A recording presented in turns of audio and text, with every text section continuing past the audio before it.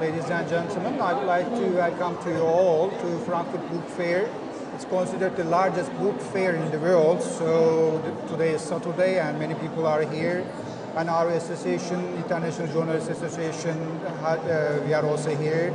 We have very distinguished guests today, and our motto is free media for real democracy. And I've just got a very distinguished guest, Sevgil Musaieva. I would like to welcome to you. Hello. And we are going to just talk the role of journalism and the media in the Russian-Ukrainian war. I would like to introduce very shortly brief for the Sevgil. She started her journalism during her high school in the years in Crimea, and she graduated journalism in Kiev. Since 2014, she has been the editor-in-chief of the Ukrainska Pravda news portal, which is 4 million visitors every day and banned by Russia. It's one of the most important sources to get the true news from Ukraine. She worked as a correspondent for the Forbes Ukraine magazine also. She launched the online business publication Hubs. Is that still online? It's still working. And was the editor-chief of the publication. She has covered important news in the field of energy in various media groups. And she has been awarded many times in the field of journalism. Unbelievable war. So you came very long way. It's almost, I think it's 24 hours to just reach to Germany, Frankfurt. Yeah, unfortunately, this trip before took around 3 hours, and now it's 24 hours. And you have to leave travel first by train, then by car, and then by plane. But the station. How is the situation in conflict now? What is going on in Russia and Ukraine? What is the last situation in Kiev? You know that in September we had absolutely fantastic counteroffensive asked to survive, but still now critical infrastructure under danger, and they destroy our critical infrastructure every single day. And today, because of this terrible missile attack, already 1.5 million people out of electricity, out of water in different regions in my country. So. You are a journalist and you are still active doing your journalism in Kiev. What the war means to you? Because, you know, I've just read one of your explanation. The truth will prevail against the lies of the war, you said. Is it real? It is possible. And I often ask what is war in Ukraine about, and I have 3 answers to these questions. First of all, this is war for democracy. And for the future of free world.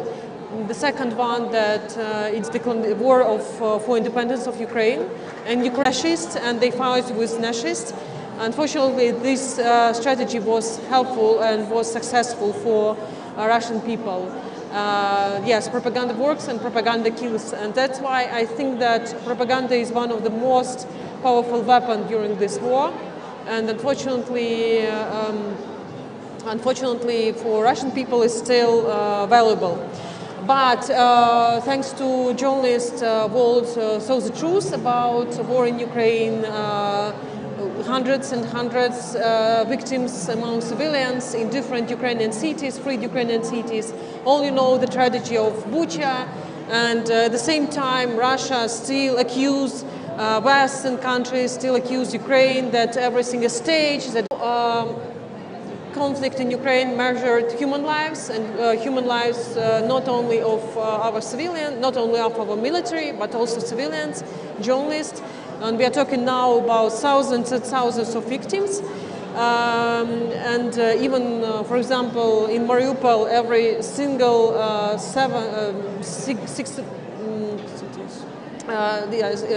citizen was killed by Russians, by bombing them.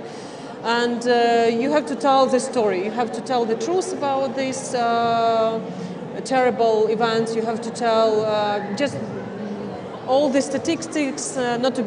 And you mentioned already that 4 million people read us every day, and it's also about responsibility to deliver information for these people.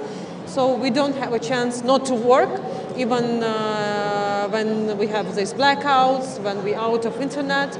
In the beginning of war, we located, it's part of the team in Western country, in Western part of Ukraine, and it helped us to work during terrible days of attack in our cities in Kiev, first of all. Still, we have a lot of people that work in front lines, and unfortunately also we have already, in such circumstances, we have more influence to our newsroom. 3 of our colleagues already missed their relatives. Situation and about psychological forecasts, of course, and I understand that probably we will face with the result of this war in future. So, have you ever thought to leave your country? No, I never thinking about it. Even such short travel, for example, as this travel to the Frankfurt Book Fair, is very stressful for me because my family is still in Ukraine, my partner is still in Ukraine, and I'm thinking about them every single day. So on Sunday I'll be back to my country, and but at the same time I understand that international support is also very important, and telling the truth about the war in Ukraine is important too. That's why, of course, I travel to such important events as yours. We also can respond to such informational attacks from Russian side, and also I want to say that we follow our rules, we follow our principles of independent journalism, because Ukrainska Pravda is one of the first independent newspapers in our country, and it plays significant role in development of independent journalism, in significant role also in development of civil society in Ukraine. And we follow our rules. At the same time, you have your enemy, you have like Russia, and they use this only purpose. This is why, this Sevgil Musaieva, she is a very well-known journalist in Ukraine, and she is living right now there, and her family is still in Kiev, and she's running the newspaper. Almost 4 million people are just, visiting every day. She's the chief redactor for this the media group. And the Enes Kanter Freedom, and I already just mentioned to you, and he's from the United States, and he's a human rights activist, and he's an NBA star, and I would like to just, welcome to you. I think condemning is not enough. While we are condemning what's happening over there, there are millions of people are getting out of their country or getting killed on the streets, and these are innocent people. So I feel like what we need to do is, I'm asking all the European leaders, all the Western leaders, all the, the President of America, or whoever you are, I feel like we need to take some solid actions, because what's happened over there right now is unacceptable. And like I said again, we need to take some actions immediately. So there is it's just written, silence is violence. Yeah. So what does it mean? I mean, that's actually one of my favorite. And you are fighting for the freedom of the press and also for your people. And for people and human rights, and I think that I totally agree that silence is a violence, and actually also this is answer what happened in Ukraine now, because unfortunately Russian people were silent about their own human rights violations. They were silent about violating freedom press for years and years. And unfortunately now in modern world, silence is not only violence, is a crime, I think.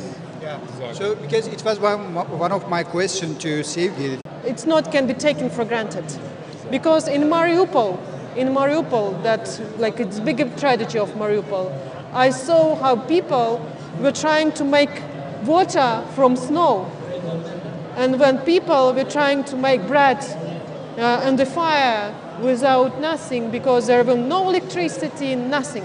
Just think about it. Freedom, democracy can be taken for granted.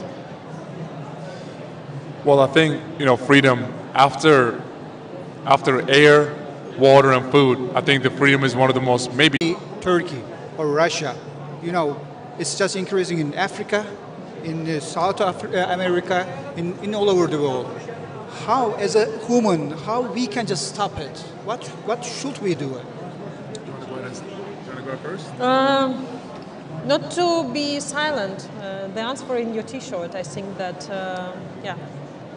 Of course, I think what she said was super important, not to be silenced against all the autocrats or dictatorships or authoritarian regimes out there. But the second thing is educate ourselves, you know, because right now, like I said again, we can cut up with so many.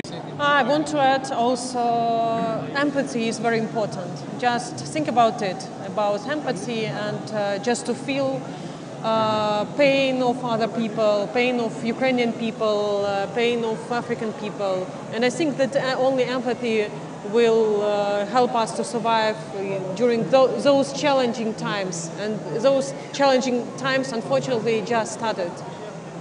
So we are in the stand of the International Journalists Association right now. So the Journalist Post, our magazine, is also just fighting against the freedom of this. Which stands for freedom, she stands for democracy, she stands for human rights around the globe. Freedom of speech, freedom of religion, freedom of expression, and freedom of press. It is so important that we have leaders that will talk about what's more important and don't care about what kind of, you know, money or business or anything else, but just go out there and just, you know, be a brave heart and do what's more important. Trust me, there are so many innocent people are praying for you, love what you do, so keep doing what you do, and we all support you. Thank you so much. Thank you so much. Thank you very much. Yargılattı suyu. Thank you. Amazing job. Thank you.